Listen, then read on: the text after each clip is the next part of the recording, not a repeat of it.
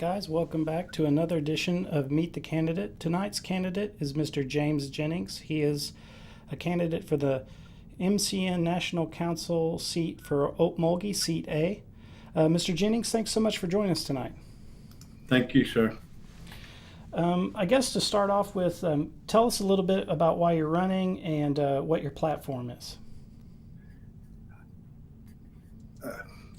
First of all, I'd like to thank the Mvskoke Media for having me take part in this. I don't necessarily have a platform. It's kind of a continuation of what I've done on the council before. I've served on the council for 14 years previously. I continue to support the education, the health. I served on the Health, Education, and Welfare Committee all 14 years that I was on the council. So I've been a part of the college, and as it's grown, I wanted to be there to see when they are accredited for a four-year college. Is one of my platforms is to keep that college going and provide an education for our young Creek kids. The other thing is I am a strong believer in serving the people with integrity and always know that you're representing the Mvskoke Creek Nation. No matter where you are representing them. So that's been something that I think we've lacked in previous years. We've had some incidents where, some council members have kind of given the tribe, not only themselves, but the tribe, a black eye. But I want to take pride in what I do and serve with integrity. Along the platform, the McGirt decision, I don't think we were prepared for the ruling when it happened, but we've got things going. We've gone from one judge to 3 or 4 judges now, and then also on the Attorney General's side, we're needing more prosecutors to help with the cases.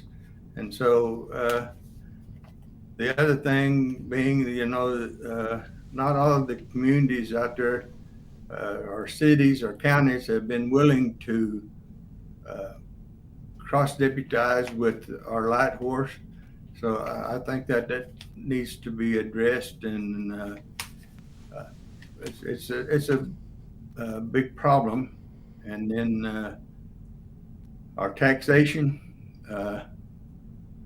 I was one that filed an amended tax return for 2017, 18, and 19, but it was denied. But I think that those tax issues are a big issue for the tribe. I think that we are entitled to that, and I will support everything we can to get those taxes for the tribal citizens.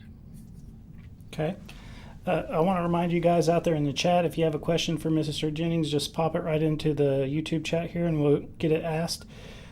You mentioned the Attorney General's office there. One of the questions that we've gotten from the chat a lot is, what do you think of the MCN Attorney General's performance so far? And if she is brought up for reconfirmation, assuming you're reelected, would you vote to reconfirm her?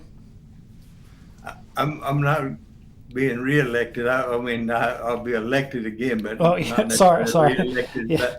But, well, and for the audience too, just you guys know it's an easy slip up to make because Mr. Jennings has been on the council in the Okmulgee seat before. But go ahead, sir. I'm sorry to interrupt. Yes, I appreciate that. The current AG was not in office when I was on the council previously, uh, I have read and kind of kept up with some of the uh, ongoings, such as the Friedman case that was brought before the tribal court here in Okmulgee, and I think the judge rules against some of her actions. But it's not a personal issue that a person votes to confirm or not to confirm. It's whether they are doing the job well enough or not. That's my opinion of it, sir. Okay. We've had a question pop up while we were talking there. T.Y. Prohl asks, do you think the lack of challengers for so many candidates in districts this election cycle could be attributable to the ever shallower pool of candidates to draw from because most citizens can't run? If so, what are you willing to do to address this?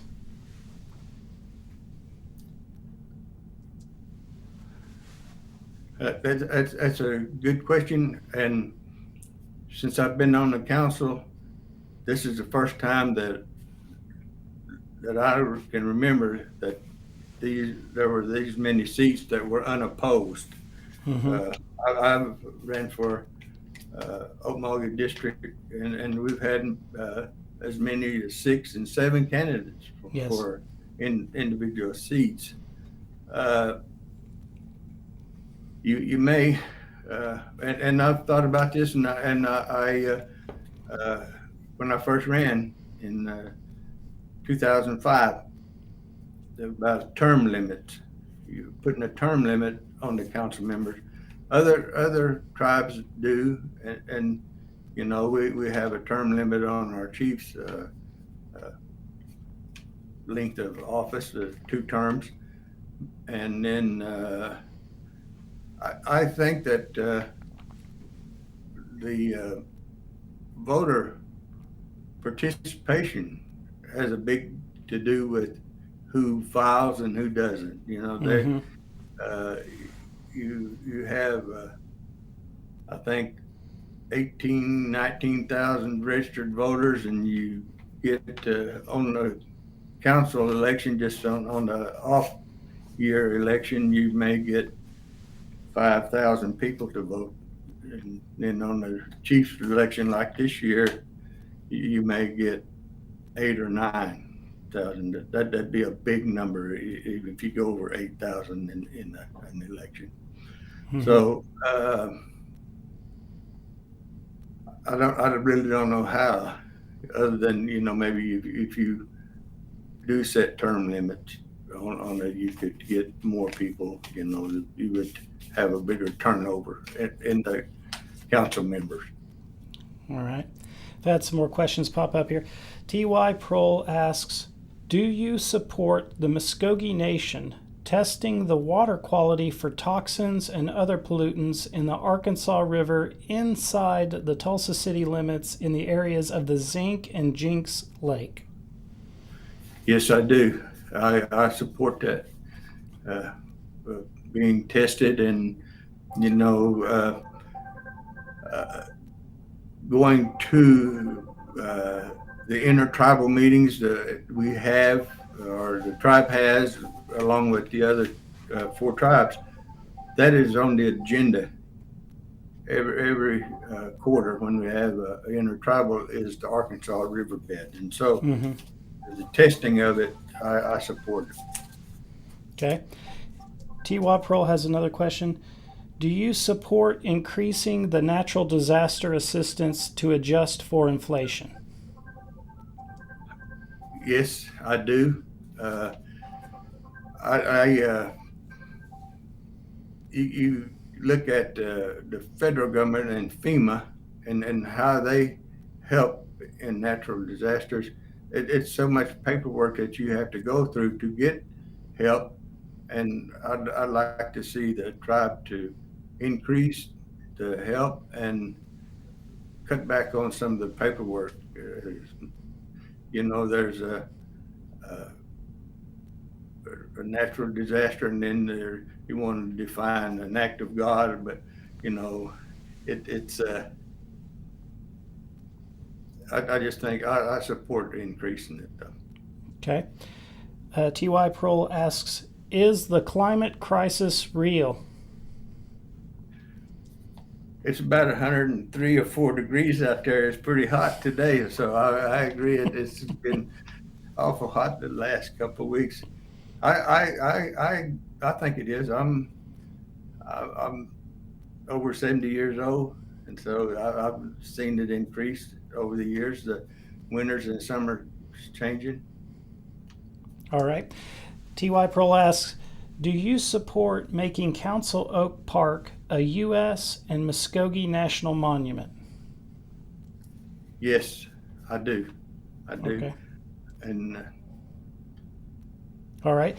Laura Shirley asks, what is your position on the Creek-Friedman case? my opinion on the Creek-Friedman case is that if elected, I will support and defend the Mvskoke Creek Nation Constitution, which states it's by blood. Okay. One of the questions we've had in the chat a lot in other Meet the Candidate videos was, do you think that at-large citizens need more outreach and support, like community centers in California or in Oklahoma City, or financial assistance for citizens to move back onto the reservation? And if so, do you have any ideas for any legislation that you would bring if you get elected? I realize, that these people that are at large, say California, are not necessarily Oklahoma City, but a large number of those people are there because they went, or them or their family or grandparents went through a federal government program, the relocation programs, to provide them with jobs.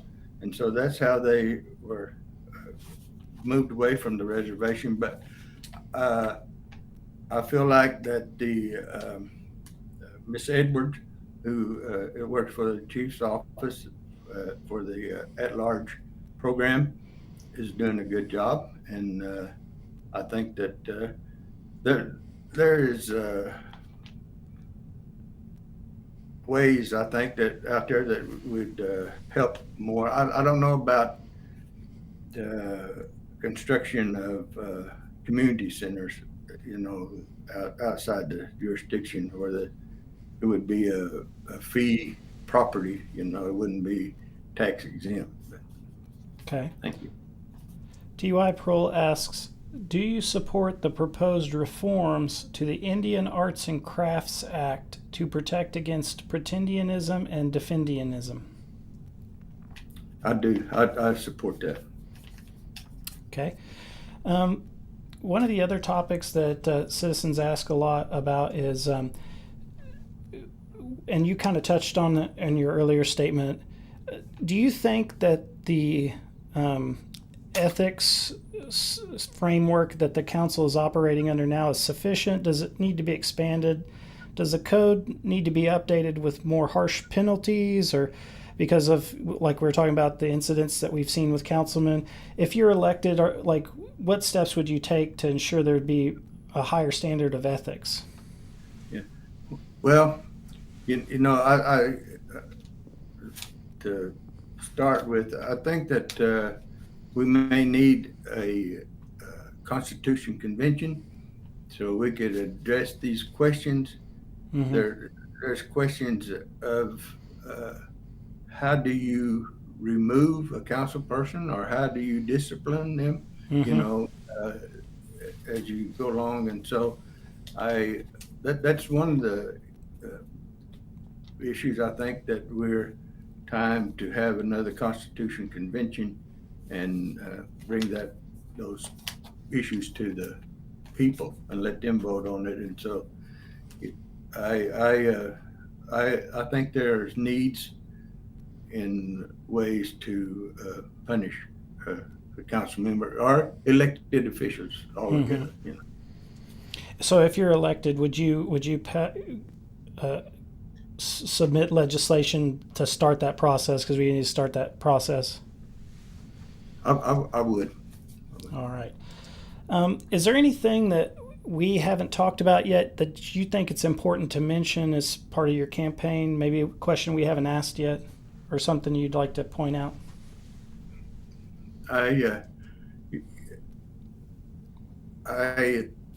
There's a bill that was just passed by the council and over on the cultural side, Yes. having someone to oversee all the issues of the cultural and language issues at the tribe. We have a language program and we have a cultural program, but to have one person to oversee it all, I think that's a good start at that, and making that selection. It's going to be a tough job.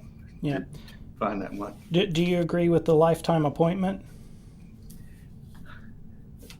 That's the question too. I mean, I haven't read the complete bill, but I think there's a term or a time when that individual can be reviewed or choose not to go forward. Well, currently, how it stands, the legislation, or actually it's passed and it's in code now, is there's a board that would pick this individual, and then it would be a lifetime appointment, and the only way to remove that person would be to follow the impeachment procedures that you were talking about are not good. So the secretary, and for everybody out there that maybe doesn't know what we're talking about, I think we have a story up detailing it on our website, and it's going to be in the paper too, the legislation that we're talking about. But that's where it stands right now. Do you agree with that? Do you think that we should have a lifetime appointed person who can only be removed by being impeached? Well, not completely. I mean, you go back to United States Supreme Court. Just they have a lifetime, but there's some of them that hasn't upheld their jobs, and they're still there because they have a lifetime appointment. And so, a lifetime appointment is a big issue. I feel like. Absolutely. We've had some questions pop up here while we were talking about that. Let's see. T.Y. Prohl asks, would you support an arts and culture program for students similar to the school clothing donation program to provide funding for students to participate in arts and cultural educational resources? Yes, I would support that. We've had young artists that came before the council needing assistance to study abroad, and they worked out a deal, and the health system has joined in and helped those students or students other than one. But yes, I support that program to help those. T.Y. Prohl asks another question. He asks, do you support establishing a historical and cultural certification similar to the language certification program? Yes, I do. I support that. All right, great.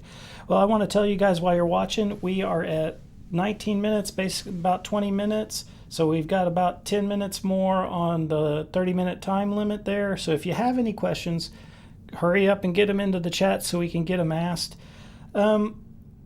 So, Mr. Jennings, you are running against the speaker, the incumbent, William Lowe. What is your opinion of Mr. Lowe's performance so far? And can you kind of contrast yourself with him, or say, like try to convince a citizen that maybe was going to vote for Will, why they should vote for you instead? I served with Mr. Lowe the first 2 years of his term. I wasn't, on the council since he's been the speaker. I don't want to criticize anyone's performance. Mm-hmm.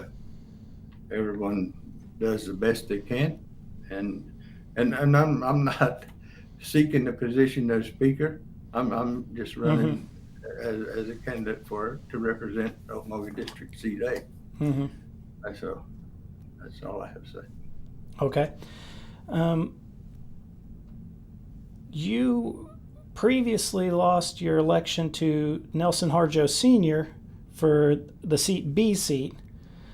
Do you think there's going to be any friction there working with Nelson Harjo Sr., or are you guys okay? How are you going to handle that as being somebody who he beat you in the previous election, and then if you win this election, you beat in the other seat? I don't see that being a conflict.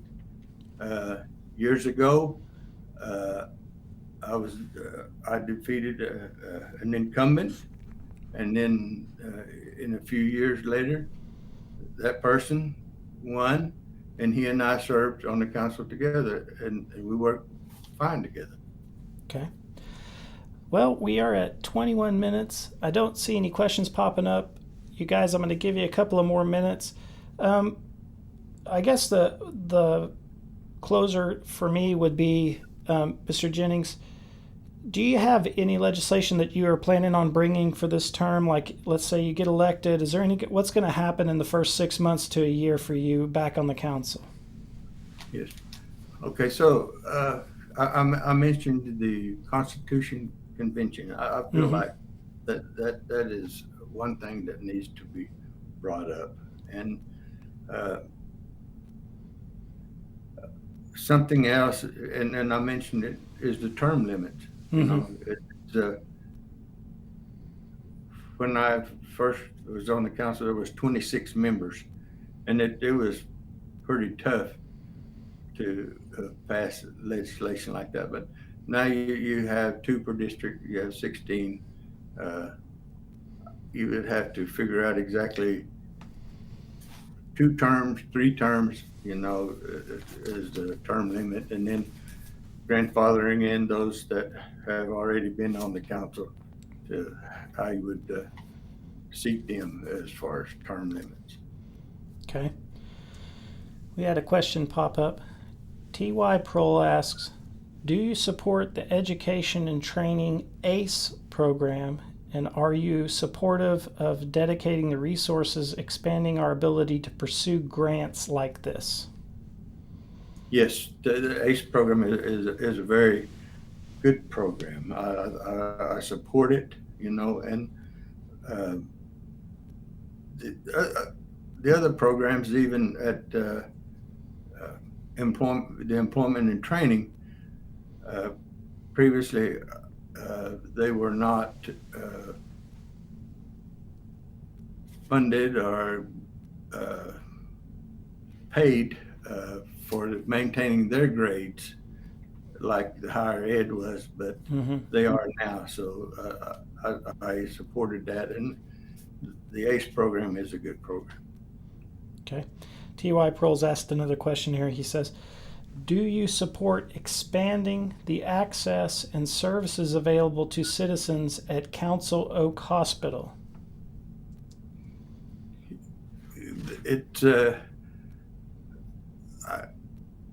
I support all those health programs there within that.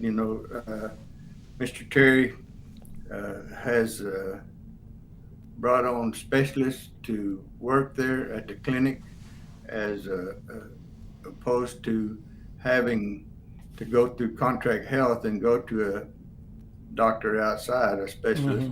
He brought those into Council Oak, so you don't have that step to go through. You go directly to the specialist that's hired by the Mvskoke Creek Nation Department of Health.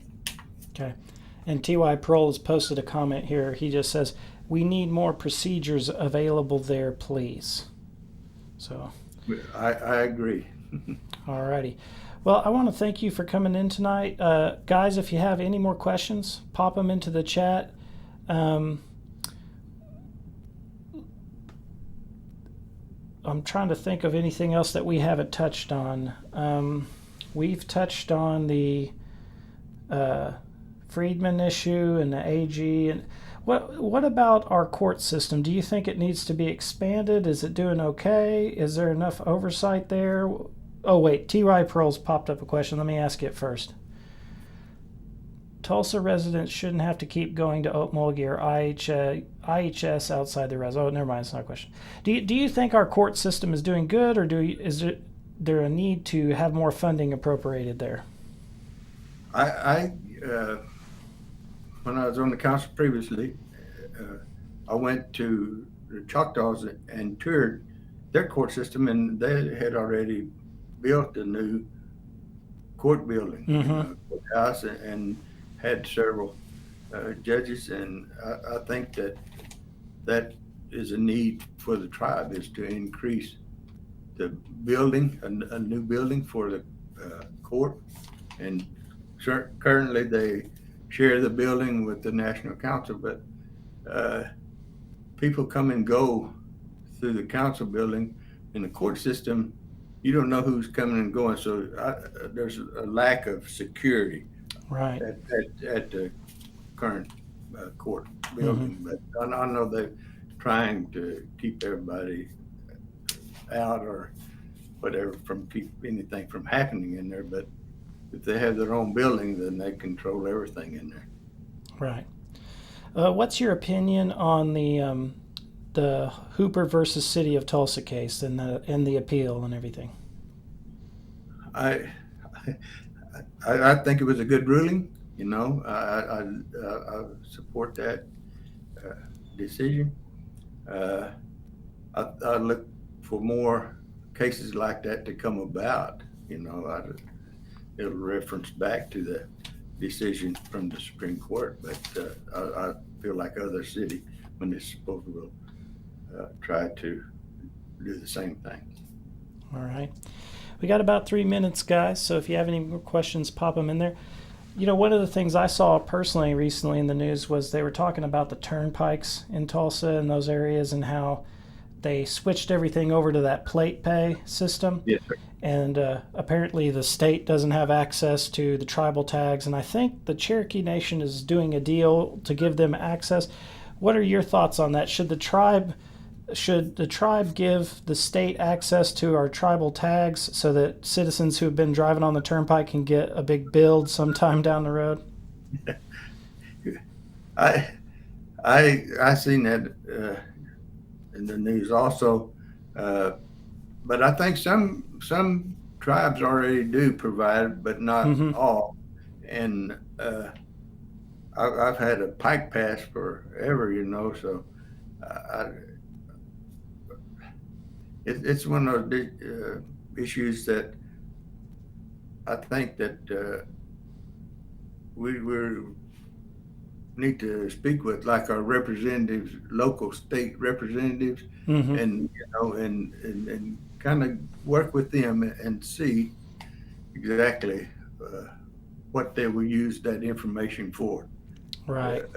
And other than the pike fee, they can use it for other information.